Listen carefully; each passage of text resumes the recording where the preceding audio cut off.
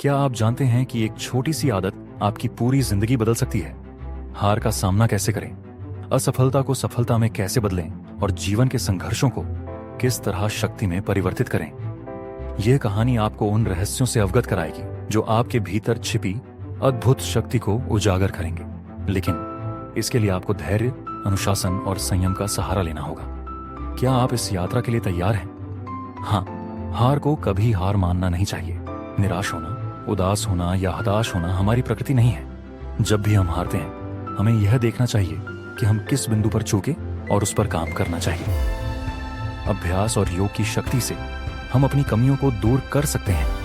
अभ्यास न केवल हमें शारीरिक रूप से मजबूत बनाता है, बल्कि हमारी मानसिक और भावनात्मक दृढ़ता को भी बढ़ाता है।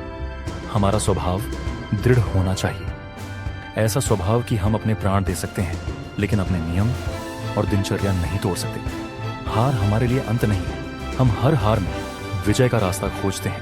खिलाड़ी की तरह जब गेंद नीचे जाती है तो इसका मतलब यह नहीं कि वह हार गई, बल्कि वह अपने लक्ष्य तक पहुंचने के लिए फिर से उछलने वाली है। इसी तरह हम 1000 बार हारें तो भी अपने लक्ष्य की ओर दौड़ पड़ेंगे। ब्रह्मचर्य में अद्भुत शक्ति है। जो युवा इसे नष्ट करते हैं वे अपनी स्मृति और बुद्धि को कमजोर करते हैं। संयम और सही खान-पान से हमारी याददाश्त और शक्ति दोनों बढ़ती है। ब्रह्मचर्य का पालन करते हुए आप किसी भी विषय में पारंगत हो सकते हैं। ये केवल एक नैतिक विचार नहीं, बल्कि एक व्यावहारिक जीवन शैली है। जीवन संघर्षों से भरा है और यह संघर्ष हमें मजबूत बनाते हैं। भगवान राम और कृष्ण के जीवन को देखिए, उनके जीवन भी कठिनाइयों और संघर्षों से भरे थे। जब भगवान को इन सब का सामना करना पड़ा तो हमें भी अपने संघर्षों से नहीं घबराना चाहिए। भगवान राम ने अपने राज्याभिषेक के स्थान पर वनवास स्वीकार किया और हर विपत्ति को धैर्य और बुद्धिमत्ता से पार किया। इसी तरह भगवान कृष्ण ने अपने बचपन से ही संघर्ष का सामना किया, लेकिन कभी हार नहीं मानी। ये कहानियां हमें सिखाती हैं कि जीवन में कठिनाइयों को कैसे अवसरों में बदला जाए। हमारा प्रयास हमेशा इस बात पर होना चाहिए कि हम अपने अभ्यास और संयम से आगे बढ़ें। चाहे पढ़ाई हो या जीवन का कोई भी अन्य क्षेत्र, समर्पण और अनुशासन से ही सफलता मिलती है। जब हम अपने कार्यों में तन्मय होते हैं, तब असंभव भी संभव हो जाता है। आजकल के युवा गलत आदतों और कुसंगति में पड़कर अपनी ऊर्जा और समय बर्बाद करते हैं।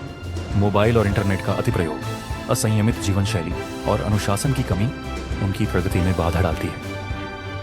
माता पिता और समाज की यह जिम्मेदारी है कि वे बच्चों को सही दिशा दिखाएं। बच्चों से मित्रवत बात करके उन्हें समझाकर ही उनकी समस्याओं का हल निकाला जा सकता है। भय का वातावरण पैदा करने से बच्चों को सही राह पर लाना मुश्किल है। हमें बच्चों को यह समझाना चाहिए कि गलतियां हो सकती हैं, लेकिन उन्हें सुधारने का प्रयास जरूरी है। अगर हम अपने बच्चों को दोस्त बनाकर उनका साथ देंगे तो वे अपने हर विचार और समस्या हमारे साथ साझा कर सकेंगे। इस तरह हम उन्हें व्यसन और अन्य बुरी आदतों से बचा सकते हैं। आने वाली पीढ़ी का भविष्य तभी सुरक्षित रहेगा जब हम उन्हें सही संस्कार और मार्गदर्शन देंगे। यह नई पीढ़ी ही हमारे देश का भविष्य है और उन्हें व्यभिचार और व्यसन मुक्त करना हमारी जिम्मेदारी है। इसके अलावा हमें अपनी दिनचर्या को अनुशासन में रखना चाहिए। जैसे प्राचीन काल में गुरुकुल प्रणाली में छात्र अपने जीवन को साधना के रूप में जीते थे, वैसे ही आज के युवाओं को भी अपने जीवन में अध्ययन और अभ्यास को महत्व देना चाहिए।